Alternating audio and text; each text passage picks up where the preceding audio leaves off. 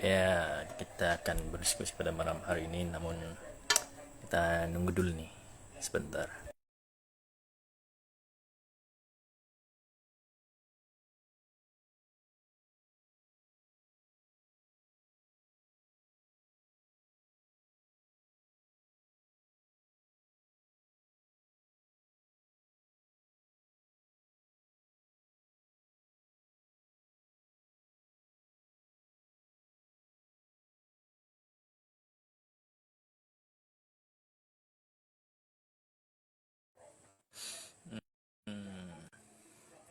Mas Ramadan di cancel dulu itunya apa? Live requestnya di cancel dulu biar saya yang invite. Biar saya yang invite dulu Mas Ramadan. Di cancel dulu biar saya yang invite. Nah, coba di ecep. Aduh rambutku ya. Set.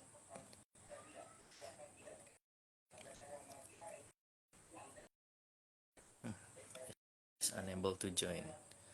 Coba di ecep dulu. Apakah bisa?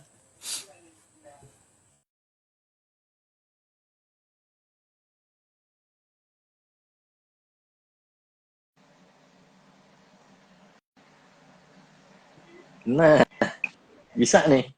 Bisa, sudah. Apa? Mantap. Itu kayaknya gaya rambut terbaru ya Mas? Terbaru. Iya, rambut terbaru.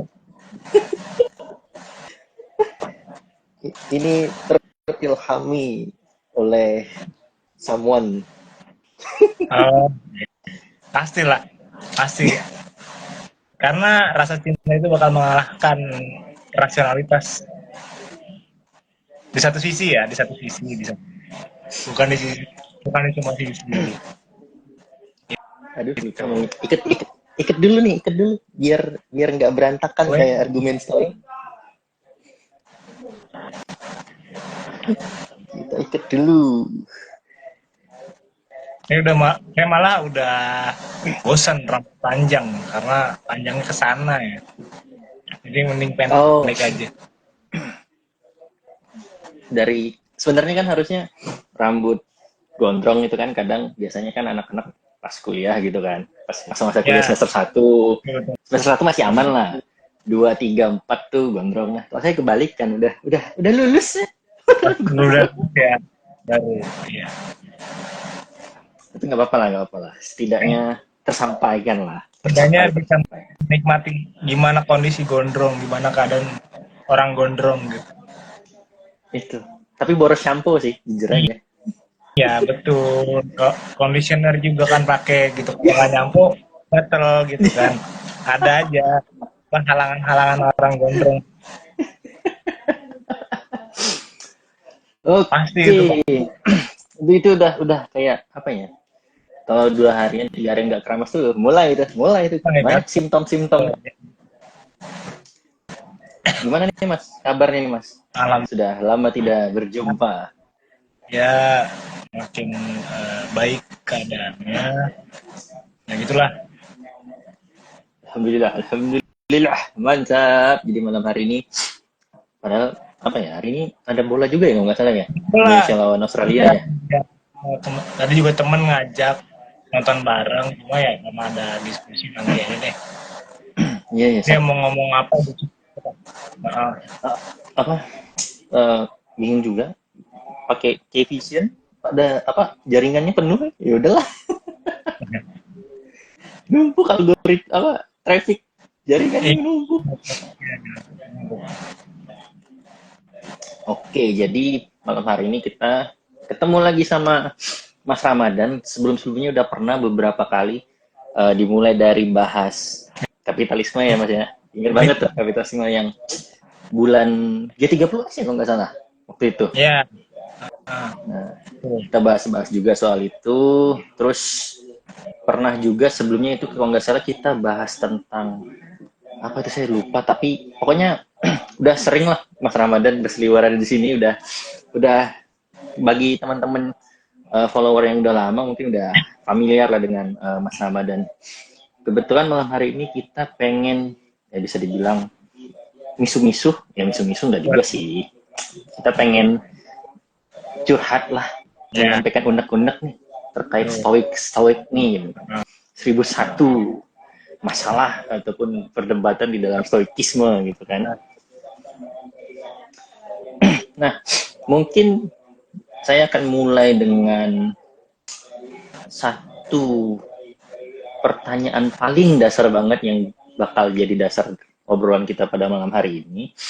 Dalam perspektif Mas Rahmat dan stoik yang bener tuh kayak apa sih, Mas? Yang bener gitu loh. Barusan selamat malam dulu, selamat malam bagi para pemirsa Ruangan Filsafat dimanapun berada. Ini sebetulnya kan berawal dari fenomena pasca pandemi ya, dimana ketika pandemi manusia seluruh dunia diminta untuk berdiam diri di rumah, dan pasca pandemi manusia seringkali mengalami krisis diri, keadaan yang teralienasi, terasing gitu ya, dan mencari pemahaman baru di luar dirinya sendiri gitu. Dan stoik ini menjadi sebuah diskursus filsafat yang dalam tanda kutip memiliki nilai praktis katanya gitu kan. Filsafat bisa digunakan untuk memanggang roti, bahasanya dalam salah satu artikel di LSF Discourse saya baca gitu. Nah, dan bagaimana sih awal sejarah gitu ya, atau bagaimana cara stoik memahami stoik yang benar gitu.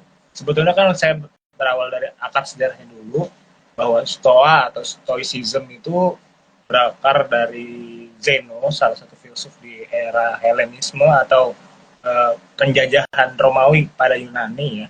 Dan filsafat ini juga digeluti oleh kalangan-kalangan aristokrat yang cenderung bersifat elitis seperti Cicero, Marcus Aurelius gitu ya.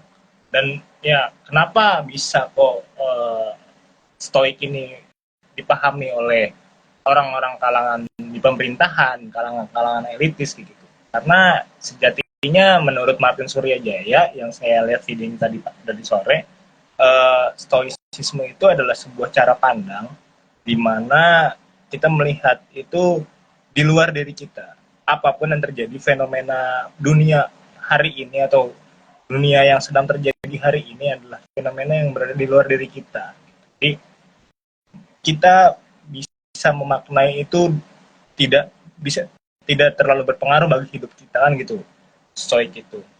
Tapi dalam pandangan Martin Suryajaya sendiri mengatakan bahwa stoik tidak bisa dipandang sebagai salah satu diskursus filosofis yang fatalis. Marcus Aurelius sendiri mengatakan bahwa ketika kita memahami stoa, kita juga perlu adanya upaya-upaya yang memang untuk bagaimana sih secara tidak langsung itu bisa mendamaikan diri kita mendamaikan diri kita gitu ya. Jadi menurut saya yang dinamakan stoa itu setelah kita memaknai apa yang dikategorikan sebagai dikotomi kendali, ya lantas apa gitu.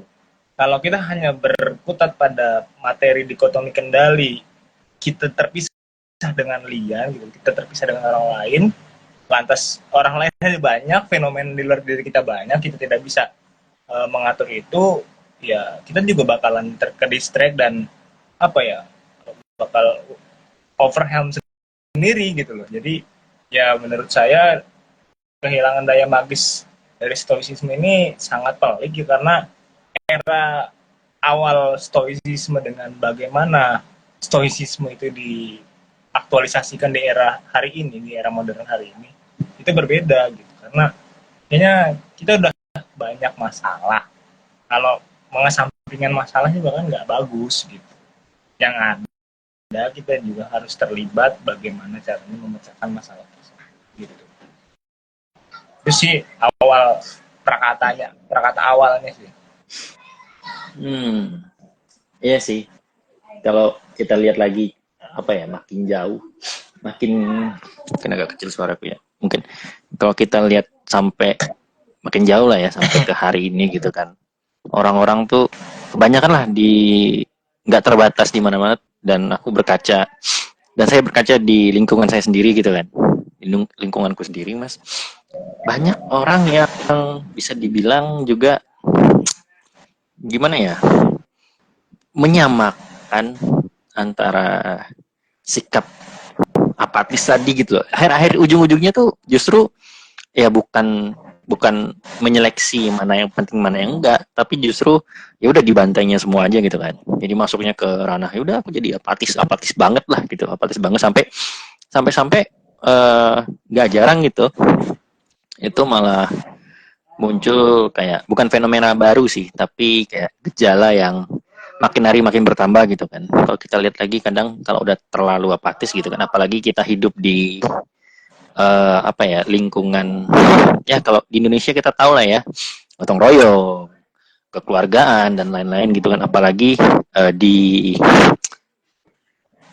kebudayaan timur gitu kan, secara tidak langsung kebudayaan timur dan juga khususnya di Indonesia sendiri, eksistensi ataupun kayak relasi antar individu itu kan cukup kuat ya gitu kan, khususnya di ranah sosial yang bukan di ranah privat gitu loh, misalnya kayak antar tetangga gitu kan.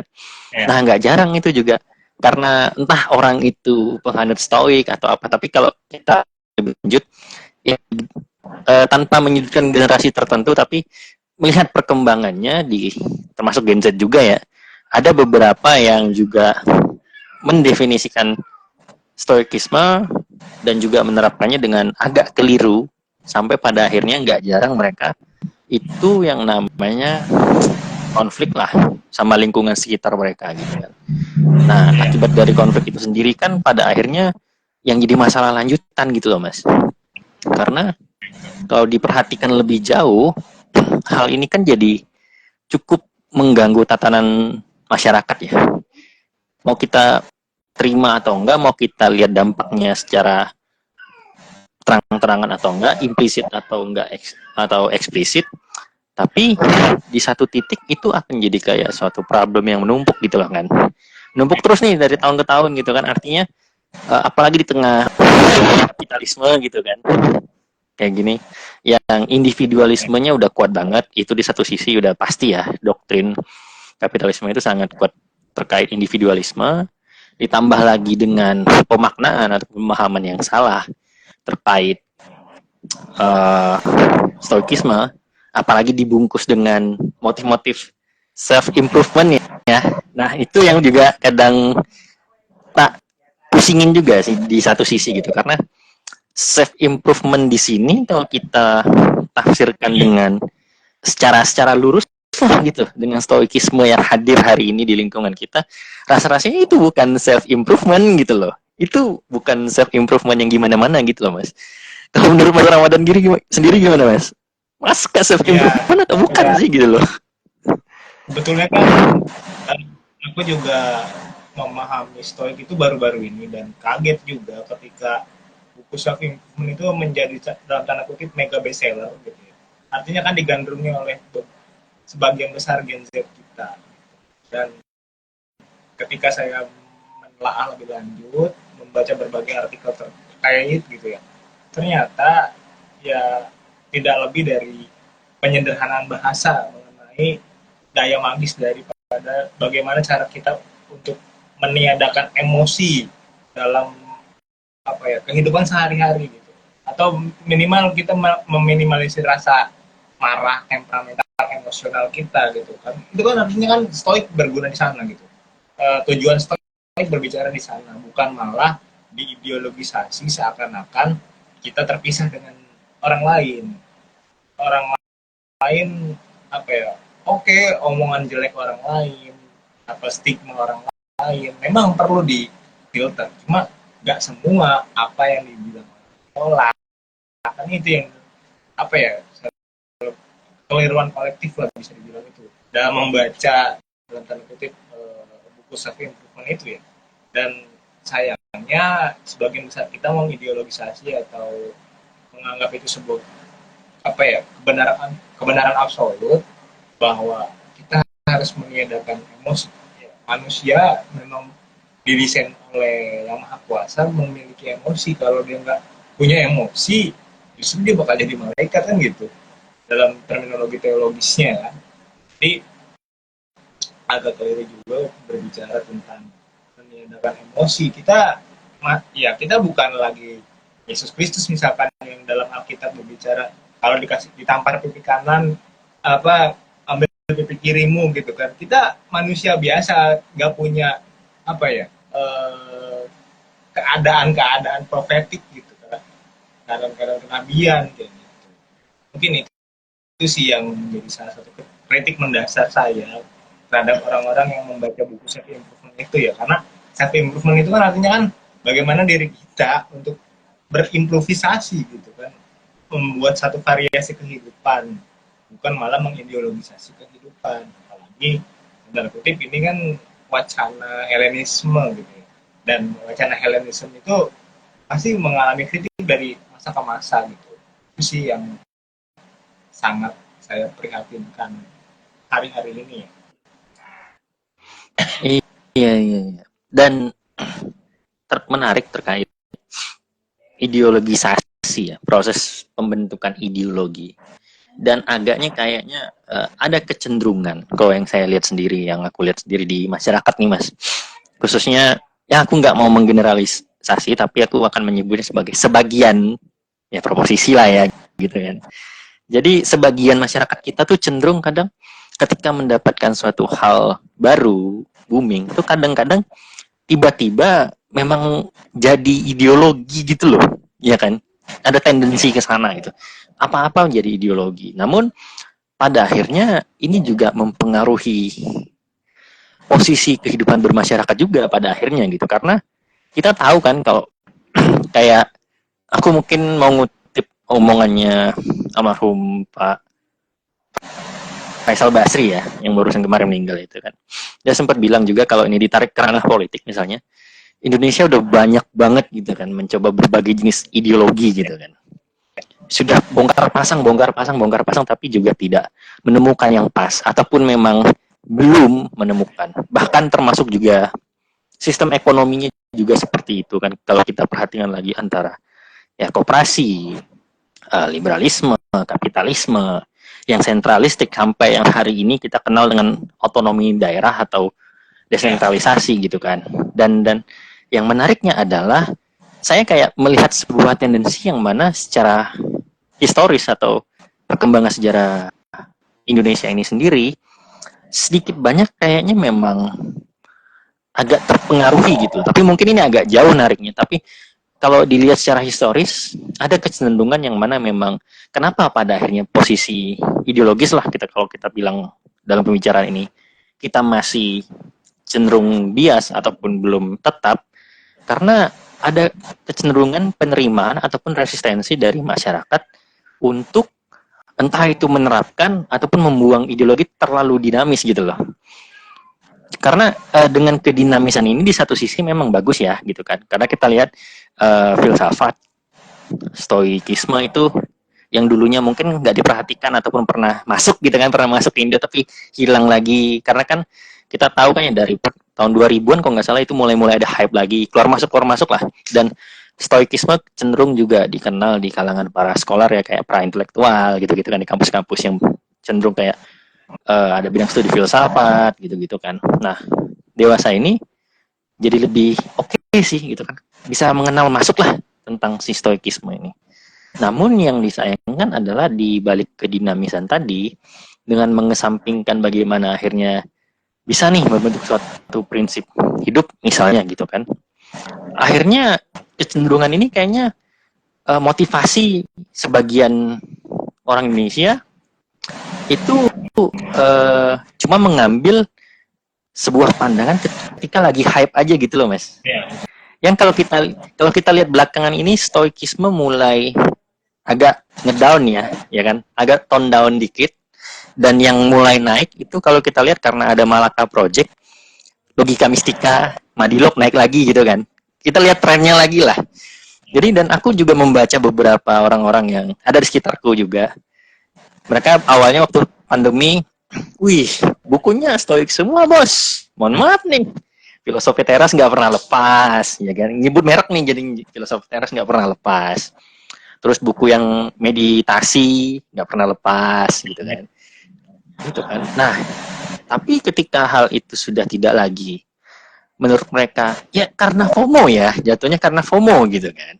Fear of missing out, dan itu menurutku bagus untuk perkembangan manusia pada taraf tertentu, tapi agak buruk karena ya itu tadi gitu. Paham ini diambil dari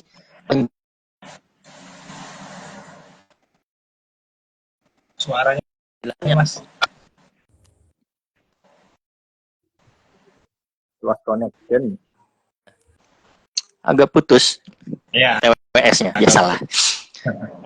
Jadi tuh ada kecenderungan itu aja sih, kayak karena informasi yang diperoleh ini bisa dibilang terpotong-potong. Bagaimana mungkin kalau kita bicara hal yang saya paling dasar, definisi stoik itu apa sih, konsepnya gimana, matriksnya gimana, gitu-gitu kan, itu tidak dijelaskan dengan cukup apa ya, proper lah gitu kan. Iya. Dan lucunya gini Mas, kalau kita perhatiin lagi, secara nggak langsung berarti ada keterjebakan, apalagi Gen Z ya, dalam postmodernisme dong. Masuk nggak sih sebenarnya kalau Mas Ramadan lihat? Karena kan kayak pada akhirnya, karena awalnya itu jadi sebuah ideologi, jadi dogma, ujung-ujungnya jadi hal yang relatif juga.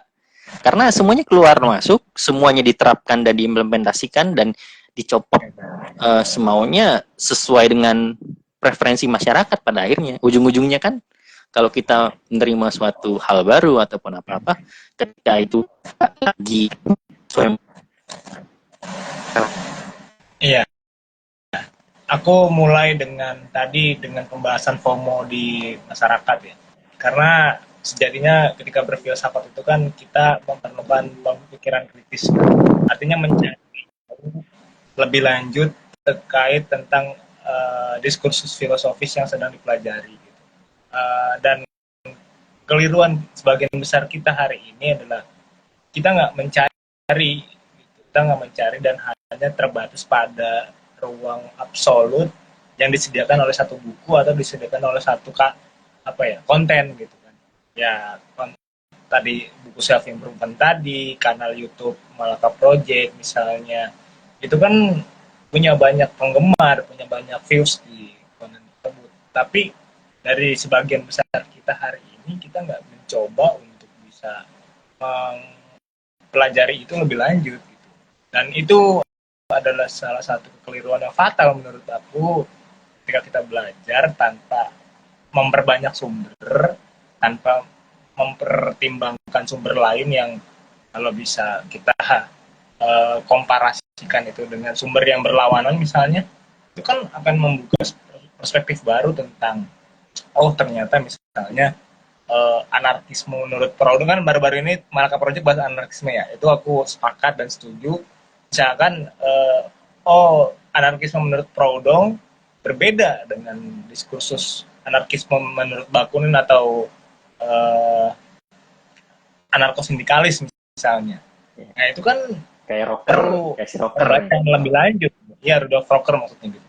Pembacaan lebih lanjut terkait buku-buku, artikel-artikel ilmiah, mau bahasa Inggris mau bahasa Indonesia bebas gitu. Artinya punya daya ingin tahu lah, kuriositas itu perlu dibangun. Kalau kita kan berbasisnya FOMO keilmuan, FOMO politik hari ini yang perlu diapresiasi memang.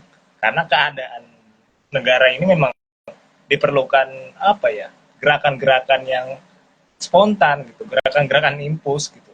Tapi ya setelah itu, pasca gerakan itu, pasca literasi itu, diharuskan juga untuk mempelajari lebih lanjut, bukan hanya membatasi diri dengan satu atau dua diskursus ya.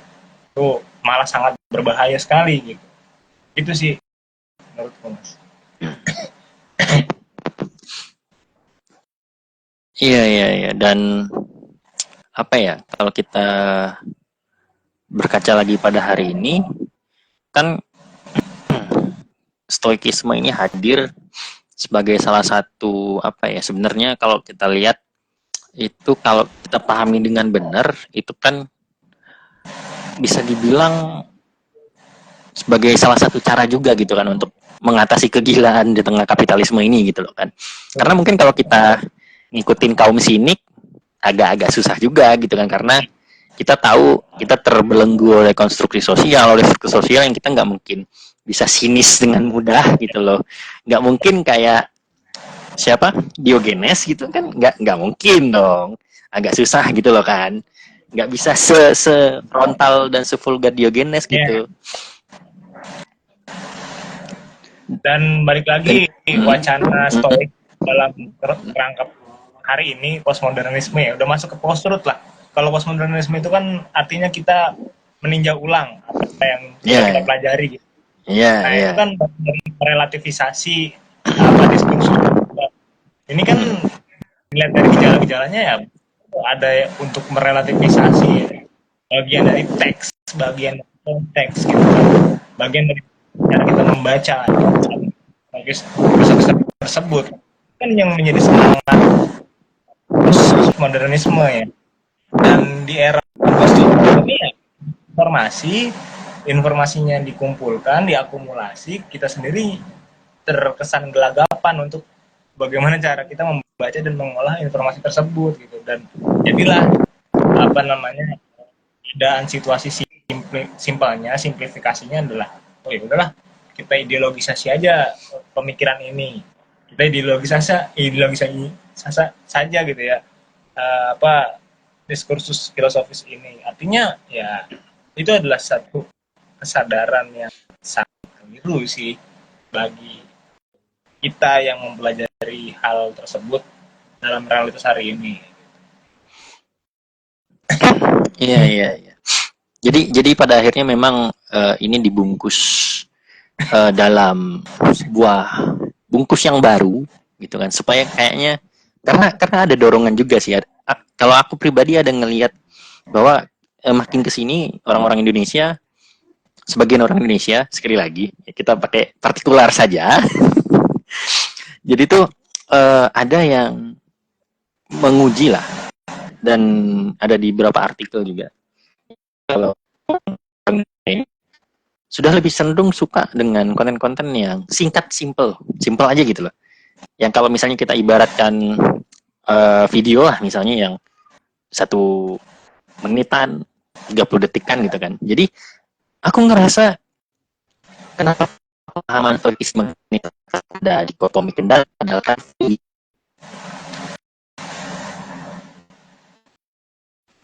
lagi gitu kan.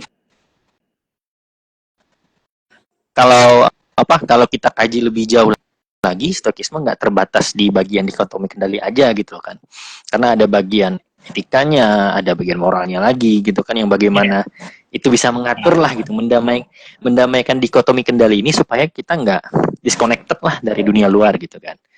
Nah hal-hal kayak gitu itu yang disimplifikasi sehingga pemaknaan atas si stoik ini sesimpel orang memangkas teks-teks dari buku aslinya ataupun dari kajian-kajian sebelumnya supaya mudah diterima nih sama masyarakat kita yang cukup bertendensi dengan menikmati konten-konten yang terlalu simpel gitu loh, disimpelkan banget gitu, jadi biar mudah keterima gitu, karena alasan biar mudah keterima tadi. Nah itu yang menurutku juga mereduksi makna-makna yang disajikan melalui teks tadi gitu loh, di buku-buku itu tadi gitu.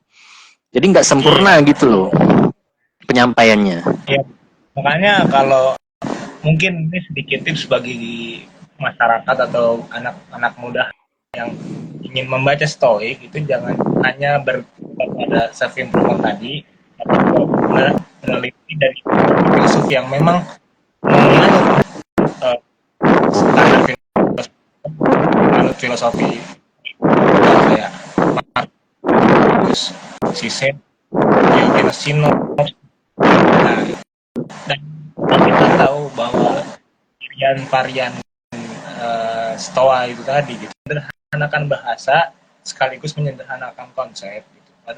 Pada dasarnya ya filsafat memang begini adanya, memang kompleks gitu ya, pengetahuan yang kompleks gitu, tidak bisa disederhanakan konsepnya, tapi memang tantangan daripada filsuf dan pembelajar filsafat bagaimana menyederhanakan bahasanya tanpa menyederhanakan kontennya gitu. Itu sih yang menjadi tantangan dari apa ya sarjana-sarjana filsafat. Kita lihat Pak Rocky Gerung ketika dia mengajar misalnya, bahasanya emang enak gitu karena ya nggak terlampau sederhana, juga nggak terlampau ilmiah juga karena memang bahasanya begitu. Bagaimana kemasan-kemasan misalkan di video jurnal perempuan yang 2017 tentang etika kepedulian atau etika feminisme laki-laki misalnya, itu menarik loh, untuk bisa dikaji bersama dan bisa menjadi bertukar pikiran lah. Artinya kita jangan memandang diskursus filsafat itu sebagai diskursus yang aneh, diskursus yang berat, karena kalau udah merambah ke sana itu memang akan menghambat kita untuk menghadapi apapun gitu kan, berawal dari otak ya, berawal dari pikiran gitu. Kalau kita udah mempersulit sesuatu ya pasti akan dimotivasi lah, termotivasi untuk mempersulit sesuatu gitu. Itu sih.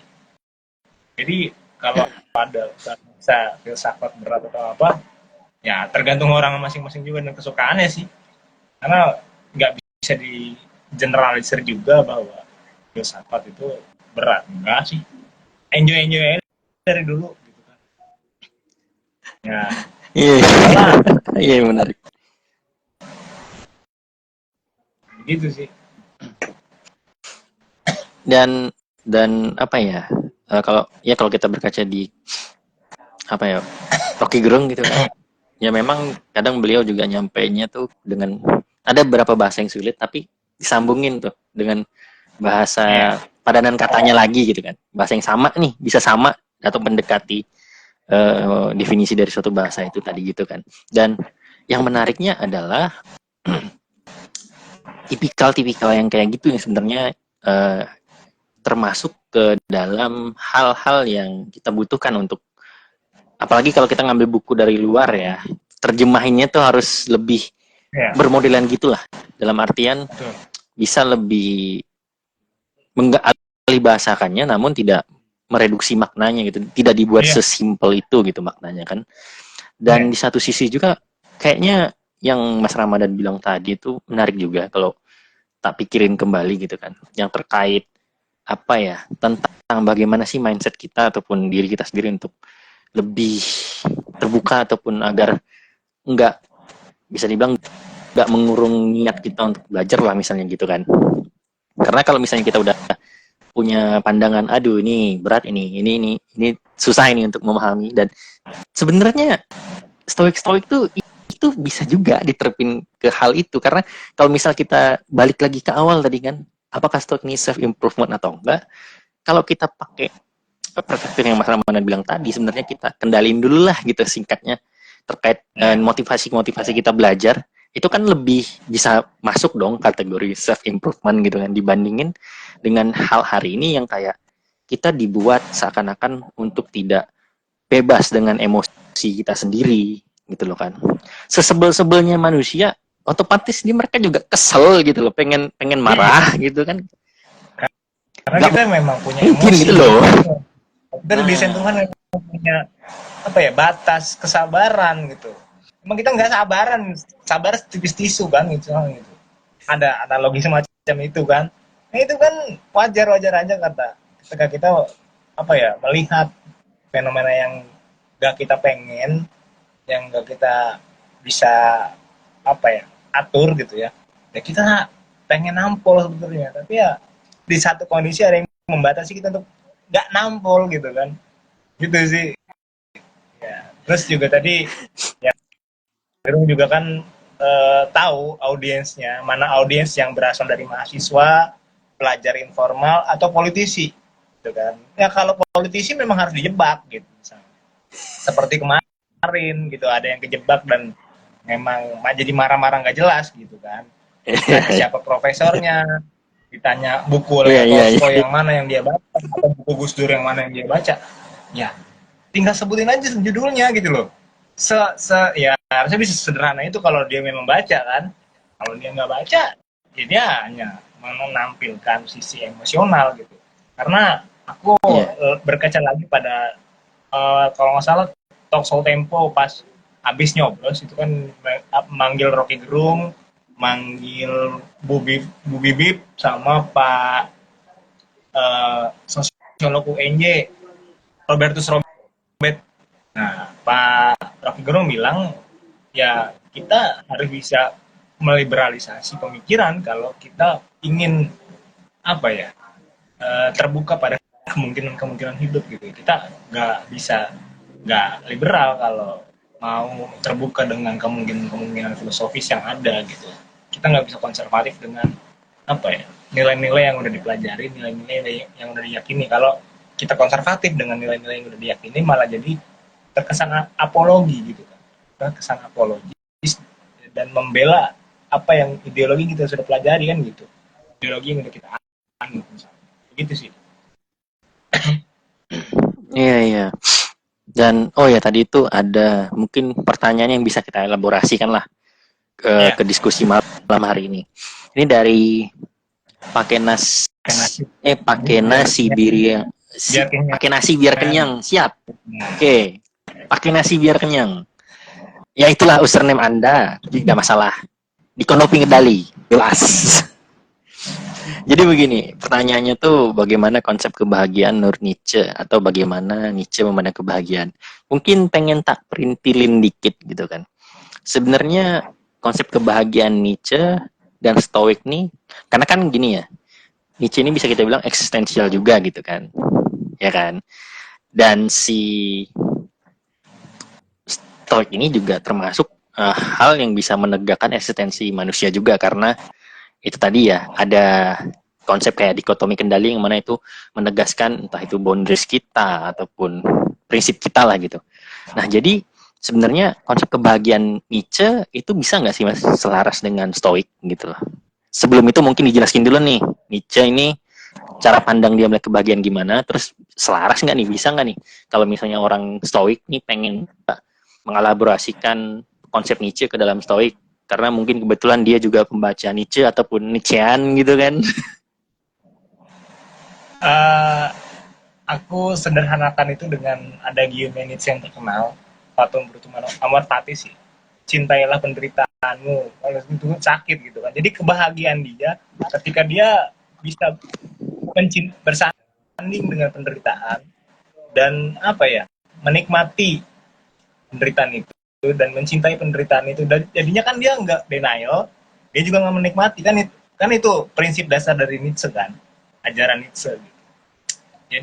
Jadi ya kebahagiaan Stoa dan kebahagiaan Nietzsche kalau menurut saya bertolak belakang, karena kalau Stoa itu menghindari penderitaan dan menganggap penderitaan itu bukan bagian dari diri dia gitu ya, mau sependerita manapun dia, menderita manapun dia, oh ini bukan dari saya gitu, ini dari luar diri saya. Tapi kalau Nietzsche, ayo gitu.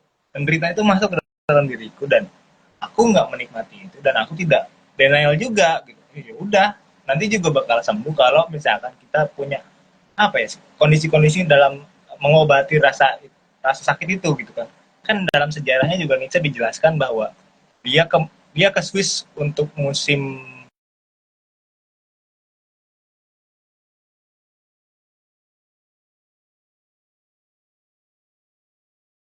Wibowo dijelaskan seperti itu. Jadi ya bagi saya kebahagiaan menurut Nietzsche ya patung brutum amor fati, sederhana saja, dan itu sudah banyak di quotes-quotes di baju-baju, di buku-buku, di stiker-stiker gitu. Nah itulah bagian dari cara kita memahami ya, misalkan quotes sesederhana itu gitu, patung brutum amor fati, tapi nggak semua orang bisa memaknai itu secara mendalam. Misalnya oh ketika Nietzsche bahagia ketika Nietzsche bisa menikmati rasa sakitnya.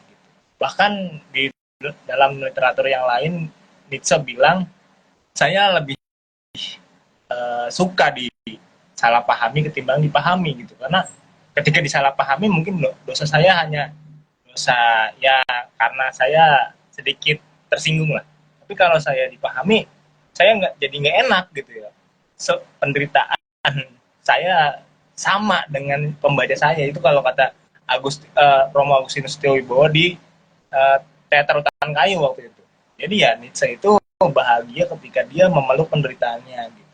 Agak sedikit 11-12 dengan ajaran Buddha Nietzsche. Karena basic ajarannya adalah penderitaan atau duka ya. Mungkin itu sih. Iya. Kalau di dalam konsep Buddhis, Nietzsche itu sejauh sependek pembacaanku juga bisa masuk. Karena apa ya? Ketika kita memahami konsep duka di dalam Buddhisme dan kita memahami konsep Fatum Brutum Amor Fati-nya Nietzsche, itu kita akan lebih mudah gitu loh, lebih mudah masuk gitu untuk memahami alam pemikiran Nietzsche lebih jauh lagi. Dan agaknya aku lebih suka itu loh Mas, apa konsepnya Nietzsche ini Fatum Brutum Amor Fati dibandingkan dengan kita kayak di dalam dikotomi kendali si Stoik lah gitu kan. Karena pendek penglihatan kita juga gitu kan kita tuh kayak sisi hitam dan putih gitu kan kalau kita membahas oposisi biner gitu. Jadi kita ada senangnya ada sedihnya gitu kan. Kalau misalnya kita cuman pengen yang nyari-nyari yang senang-senang terus dan pada akhirnya kita kayak membatasi diri gitu, menolak segala macam feelings yang hadir, agaknya itu apa ya, membuat kita pada akhirnya kejebak gitu loh. Kejebak dalam arti kita juga nggak akan bisa ngerasain perkembangan gitu loh Mas. Karena kan kadang kalau kita ngelihat ya, entah itu dari quote-quote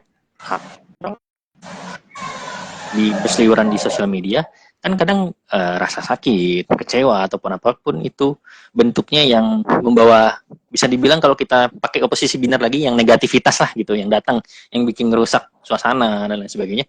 Itu kan kadang yang mendorong ya, menjadi semangat baru gitu lah untuk kita lebih menuju ke suatu perubahan gitu kan, ke tingkat selanjutnya misalnya gitu kan. Dan aku lebih sepakat dengan Nietzsche tadi gitu, karena dengan ya udah gitu, kita rangkul aja gitu loh. Feeling yang ada nih kita rangkul, kita akui gitu kan. Kalau dikotopin kendali jatuhnya kita nggak ngakuin loh, kita nggak ngakuin, kita pengen misu-misu, kita nggak ngaku, nggak aku kuat gitu, padahal hatinya udah geter nih, anjing lu pengen gimana lu mabuk lo gitu kan. Dan masalahnya lagi adalah kalau kita ngelihat apa ya, secara sejarahnya juga kan ada para pemikir Stoik ini, termasuk Zeno ya, paling awal tuh Zeno kan, dari Citium itu yang paling awal banget. Dan kayak mereka ini kan ada yang kaisar, ada yang intelektual, ada yang dari kelas bawah sekali gitu kan. Dan itu aku ngelihat, kalau pikiran skeptisku ngelihat, apakah ini memang sebuah wacana untuk mengunci manusia-manusia ini di dalam hegemoni kapitalis? Hanya saja mungkin zaman dulu gitu kan, itu cara mengunci di zaman kekaisaran gitu loh misalnya kan. Kalau kita lihat pada hari ini kan kayak misal contoh dari bukunya Mas Hafiz itu, dia membahas tentang lokalisasi kuasa lah misalnya di Indonesia itu kan. Nah, aku melihatnya stoikisme yang disalahartikan ini juga menjadi salah satu cara untuk melestarikan individualisme tadi. Ketika individualisme itu terjaga di koridornya, maka pertama-tama yang akan menjadi permasalahan di dalam masyarakat adalah kita nggak akan pernah nih memiliki satu suara bulat untuk menentukan masa depan suatu wilayah ataupun negara gitu loh kan. Kita jadi bingung nih. Secara ekonomis kita bingung, kita pengen kayak apa. Secara politik kita juga bingung gitu kan. Dan kecurigaanku makin agak menjadi yakin gitu, karena ngelihat ada yang namanya gerakan neo-institusionalisme sama neoliberalisme. Nah, neo-institusionalisme dan neoliberalisme ini kayak satu paket lah di dalam pergerakannya, yang mana kalau neoliberalisme ini diterapkan, itu juga akan berdampak dengan adanya perubahan struktur kepemerintahan melalui neo-institusionalisme gitu kan. Itu yang pada akhirnya menyebabkan adanya perombakan secara besar-besaran di struktur kelembagaan negara gitu. Dengan tujuan ya satu, untuk ekspansi pasar misalnya. Jadi itu yang paling umum ya, yang umum terjadi. Nah, stoikisme kalau misalnya kemarin itu kita lihat memang cenderung digunakan sebagai ideologi, jatuhnya adalah itu datang sepaket dengan perkembangan neoliberalisasi gitu. Neolibnya itu sepaket gitu. Sepaketnya gimana gitu? Karena seakan-akan kita mengalihbahasakan individualisme yang dibawa sama kapitalisme ke arah yang lebih moralis, lebih berbau etis gitu loh. Jadi enggak kok, aku tidak individualis orangnya, aku hanya menjaga emosiku. Nah itu kan apa ya, jadi kayak melemahkan collective consciousness misalnya kalau dari Marx gitu kan. Terus kalau di satu sisi dari apa ya, humanisme juga itu melemahkan juga gitu kan. Artinya ya udah gitu loh, ini itu masalah lu, ini masalah gue, tapi kan tidak sesederhana itu. Nah jadi aku curiga gitu loh, ini jangan-jangan nih gitu kan, nanti nih unsur-unsur apa ya yang mencurigakan dari gerak kapitalisme, neoliberalisme itu justru akan dibalut terus dengan yang apa ya, paham-paham etis yang bisa disimplifikasi sehingga masyarakat jadi nggak sadar kalau ternyata ada agenda tersendiri di bawah itu, di bawah maraknya suatu apa ya, gerakan itu tadi, apa, fenomena pikiran-pikiran yang muncul di sosial media gitu misalnya gitu. Contohnya ya stoikisme gitu loh tadi. Artinya kan kita bisa melihat bahwa keadaan dunia hari ini kompleks dan tidak bisa disederhanakan dengan satu diskursus filsafat, apalagi yang meniadakan emosi gitu kan. Artinya kita perlu ya ekspansi intelektualisme gitu, ekspansi intelektual kemanapun ideologi itu bergerak, kemanapun event yang kita tahu, kita lihat, itu semestinya kita pelajari dulu lebih lanjut gitu kan. Tapi ya aku tertarik sih kalau kata Antonio Gramsci gitu ya, kita sendiri sebetulnya berintelektualitas, tapi tidak semua orang memiliki fungsi intelektualitas gitu.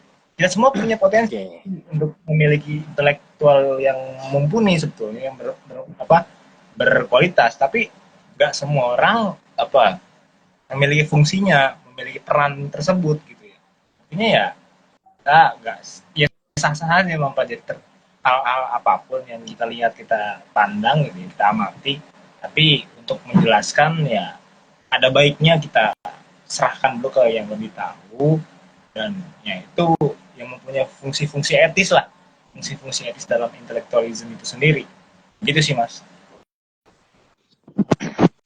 Iya dan juga kemarin tuh termasuk apa ya, termasuk ada salah satu gerakan ataupun langkah yang menarik ya, yang terkait apa namanya, kayak upaya pendidikan lah, di bidang pendidikan gitu kan. Di pendidikan itu kemarin ada amicus curiae soal banyak lah, UKT dan lain sebagainya gitu kan, fenomena bersuara di masyarakat apa ya, di kampus, di perguruan tinggi dan lain sebagainya, itu kan juga diangkat ya, karena kan kita tahu ada gerakan Indonesia juga yang namanya pendidikan gratis gitu kan.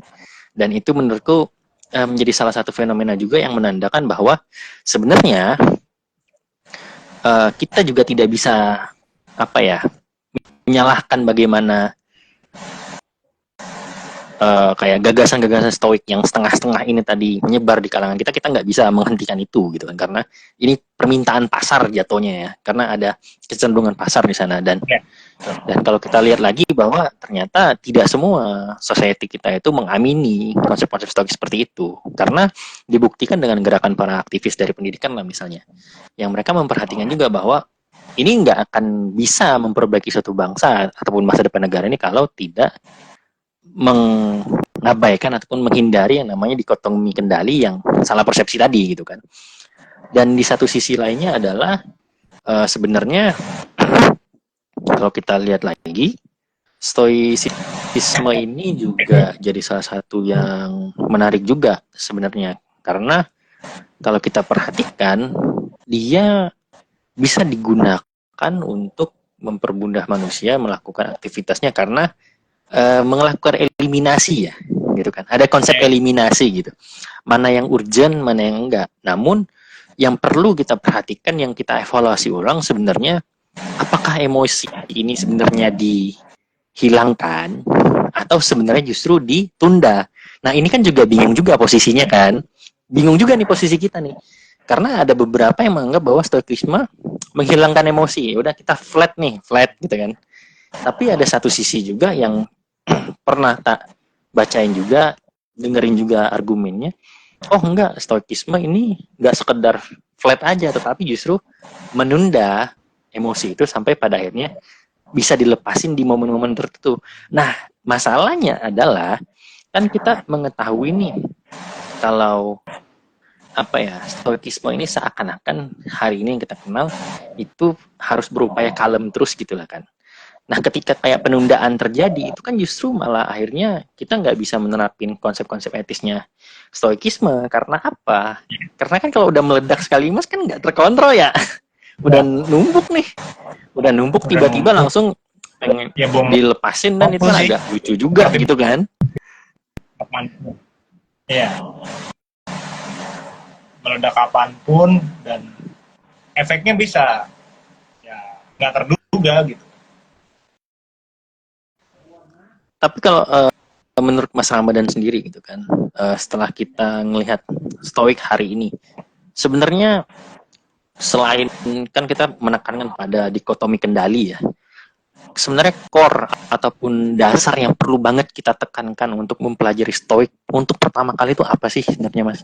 Karena kayaknya orang-orang semuanya langsung terjun ke dikotomi kendali tanpa paham tentang konteksnya dulu gitu loh kan. Mereka langsung jep ke situ aja, udah pokoknya. Ya apapun sih diskursus filosofisnya gitu, bukan cuma stoik. Kita lebih baik untuk mengenal diri kita sendiri nggak sih?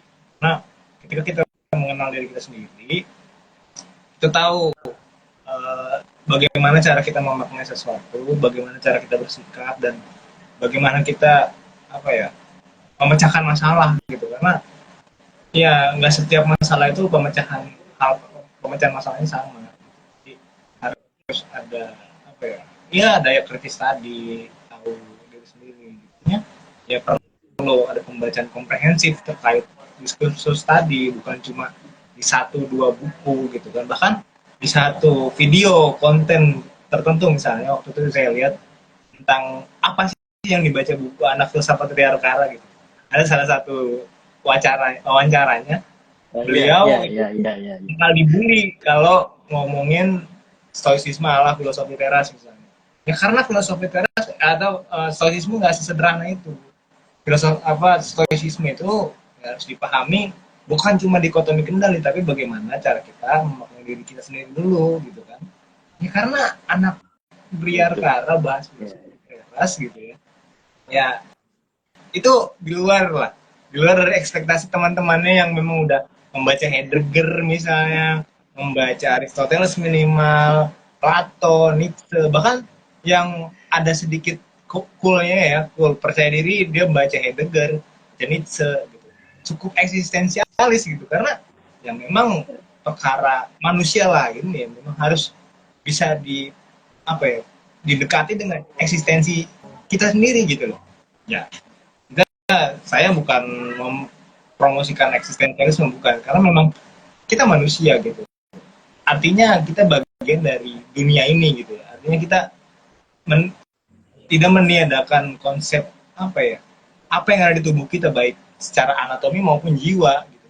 Karena kan emosi itu bagian dari jiwa, ya itu yang harus afirmasi juga gitu, harus diakui juga. Jangan semata-mata bisa ditiadakan lantas itu menjadi ideologisasi gitu ya. Kita akan terjebak pada hal tersebut, dan dikotomi kendali aja gitu kan. Sederhana ya, the fuck man, it's the for life gitu loh. Harus apa kita gitu, artinya kan gitu. Aneh kalau masih ada yang dengan dalam tanda kutip percaya diri tetap slay dengan stoik menurut yang dia baca. Itu adalah sebuah palsuan sih. Ya, kalau kata Albert Camus palsuan itu. Dan ada satu fenomena menarik yang mungkin agak sambil julid dikit lah di sini. Aku dulu punya teman, dia kepo kan tentang buku-buku. Waktu itu kalau nggak salah dia pengen beli bukunya Albert Camus. Jadi dia nanya dong rekomendasinya ke diriku kan. Buku yang bagus tuh apa gitu dari Albert Camus gitu kan. Nah aku bilang dong, Mas, coba The Stranger gitu lah. Salah satunya yang menurutku menarik gitu kan, The Stranger gitu kan. Oh, ada nggak ya kira-kira di dekatan sini? Susah sih, aku bilang kayak gitu kan. Kebanyakan memang online shop gitu kan. Oh ya, Mas atau Mbak Dasar Heri, siap silahkan. Ini sambil kita ngetik pertanyaannya, kita ngobrol-ngobrol bentar. Jadi dia nanya gitu kan, adanya di online, aku bilang kayak gitu Mas. Oh iya. Terus tak tanyain gitu kan. Kamu udah baca buku Stoik, buku apa aja gitu kan. Oh enggak, aku punya rekomendasi. Tiba-tiba dong kaget dong, wih langsung dapat rekomendasi nih gitu. Mikirku, oh buku Stoik. Oke baiklah gitu kan. Aku ada rekomendasi buku Stoik nggak gitu kan. Oh ya, gimana gitu kan buku Stoiknya? Iya, aku kemarin habis baca Filosofi Teras. Aku langsung kayak jelek, aduh. Aku langsung jelek. Iya tidak, ini nggak salah gitu karena kita tahu sendiri kan, apalagi filsafat itu referensinya cukup dikit kalau kita memang nggak benar-benar kena ke circle yang membahas itulah gitu kan. Apalagi kan kita bakalan bingung juga kan karena matriks atau persebaran bisa kita bilang kayak aliran lah ya, aliran filosofis ini kan banyak, ada eksistensialisme, absurdisme, nihilis, pesimis, marxis dan lain-lain sebagainya. Itu kan banyak ya, yang dari moral dari aspek moral, etika, politik, ekonomi gitu kan. Dan yang menurutku agak agak menyedihkan adalah ketika dia bilang buku utama yang dia gunakan sebagai referensi untuk bikin jurnal, itu dia masalahnya gitu kan. Dan pada titik ini yang aku mikir jadi kayak ini jadi kayak salah satu simptom tersendiri yang pada akhirnya jadi patologis di masyarakat kita gitu. Dengan adanya, pertama kita sudah minim literasi ya, melek literasi kita minim banget. Kedua, kita tidak menerapkan yang namanya double check atau triple check gitu kan, check, recheck, and final check. Kita nggak melakukan itu, dan itu yang menurutku jadi jurang pertama ketika kita menapaki suatu teori yang nggak terbatas pada stoikisme gitu kan. Kalau misalnya kita bahas Marx, orang kira gerakan politik nggak politiknya di belakang. Kalau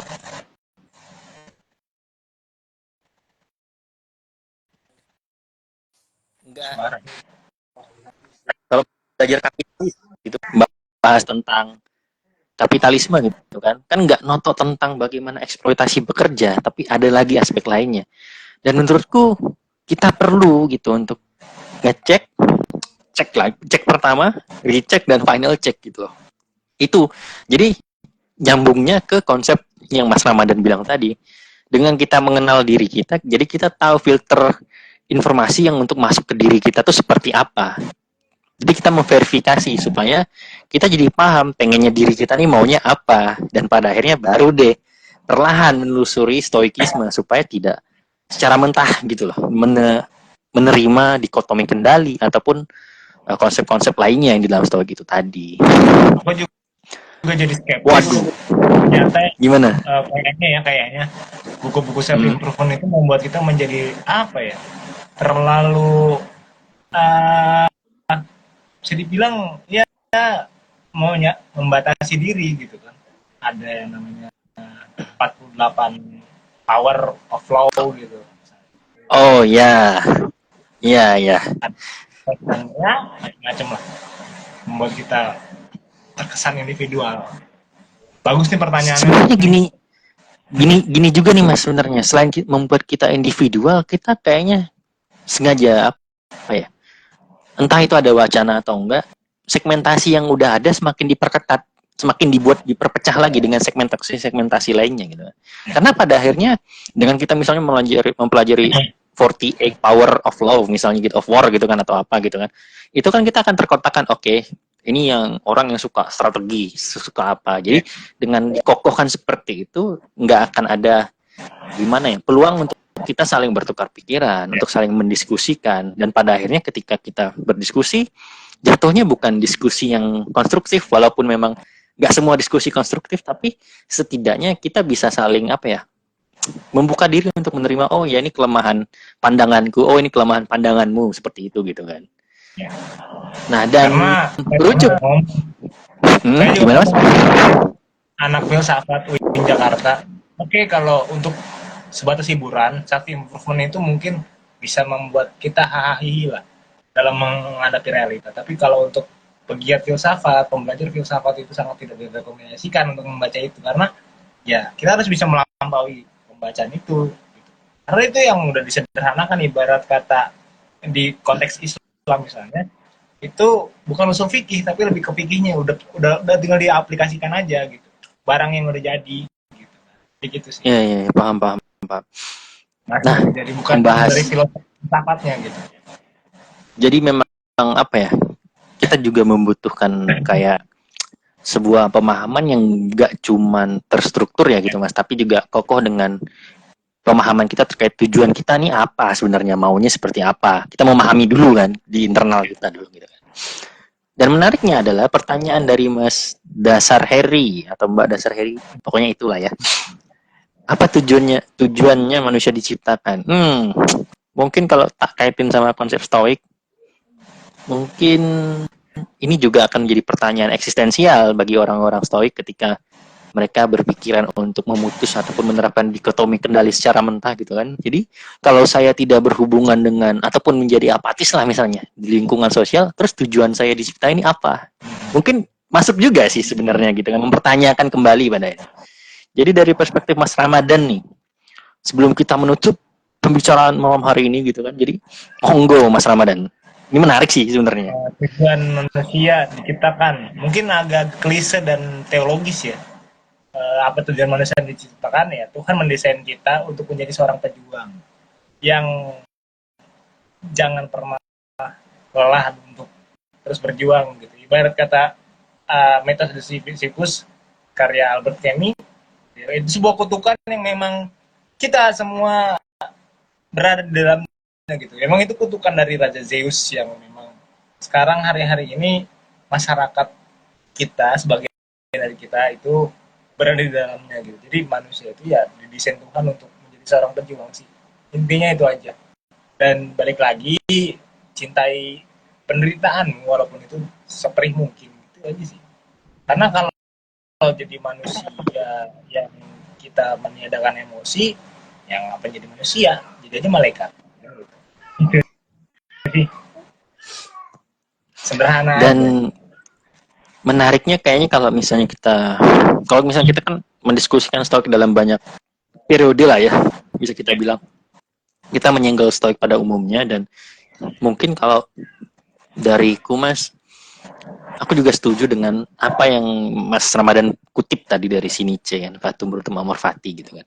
Aku lebih menyarankan seseorang untuk mempelajari konsepnya Nietzsche daripada memahami konsep stoik yang ada hari ini gitu loh. Karena konsepnya Nietzsche itu lebih relevan dibandingkan dengan konsep dikotomi kendali yang hari ini yang dibuat sesimpel mungkin.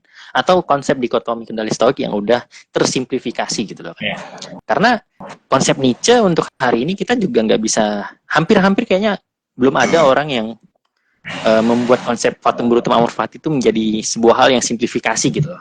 Karena Fatum Brutum Amor Fati itu sudah cukup jelas gitu ya kan. Dasarnya sudah jelas di situ. Dan apa ya, menariknya dibandingkan jika kita membahas tentang stoik lagi gitu kan, kita melihat lagi hari ini itu cenderung sebagai kayak wacana alienasi lebih lanjut lah, lebih parah lagi gitu, karena kita bukan sekedar alienasi terhadap masyarakat ya, tapi juga alienasi terhadap ekspresi diri kita sendiri gitu loh. Karena toh kita bisa mengetahui kita tereksploitasi atau tidak, itu kan semuanya berdasarkan kecurigaan, rasa tidak nyaman, rasa kesal dan marah dan lain sebagainya gitu kan. Dan kalau diterapkan dengan mentah aja, ya sudah, kita akan di lingkaran setan itu terus gitu loh. Dan menurutku ya, aku sepakat dengan Mas Ramadan. Kita lebih baik belajar Nietzschean aja lah. Nietzsche aja gitu. Fatum Brutum Amor Fati itu menurutku recommended lah. Bukan berarti gimana? Iya, sederhana. Iya, sederhana, betul. sederhana, tapi maknanya dalam banget gitu. Iya. Ya. Bukan hanya materi yang disederhanakan, dengan bahasa juga yang disederhanakan kan itu jadi nggak jelas artinya. Karena Iya. ya Benar itu benar secara benar. filsafat teks gitu. Itu sih. Dan kayak misalnya kita tahu ya kalau kita melihat Nietzsche, konteks kita lebih mudah memahami karena perspektifnya dari satu pemikiran ya, satu orang nih, Friedrich Nietzsche. Dan kalau stok ini kan ada 4 ya. Yang pertama ya Ya, Zeno dari Citium, Marcus Aurelius, Seneca, sama yang satu lagi Cicero, aku lupa, Epictetus ya. Ketus, Nah, Cicero, dan masih Cicero ya betul, dan masih ada yang lainnya, dan itu menurutku juga jadi kendala juga karena pemahaman stoik mereka itu kan berdasarkan juga pengalaman mereka kan, si ya, kaisar, si founder gitu loh, si intelektual itu kan pasti berbeda-beda gitu kan. Dan itu juga menjadi salah satu tantangan kita kalau pengen mempelajari stoik itu, memang nggak bisa dari satu sumber, mesti banyak, hampir semua bidang lah, di kajian-kajian tentang ya, materialisme, marxisme dan lain-lain sebagainya, terus idealisme, Hegelianisme, kita perlu banyak sekali sumber yang kredibel supaya kita lebih paham. Dan tentu jangan itu sih, pertama sih jangan jangan saklek dulu lah kayaknya kan, jangan pakem dulu dengan suatu argumen yang kita dapat. Siapa tahu memang ada kekeliruan yang masih kita klarifikasi terlebih dahulu gitu loh betul. kan.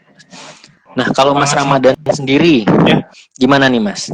Mas Ramadan melihat stoik hari ini, dan sebenarnya apa sih yang perlu kita usahakan Ya, kalau misalnya lebih lanjut gitu kan? Hmm? kalau hanya sekedar hiburan, bolehlah kita membaca satu dua buku.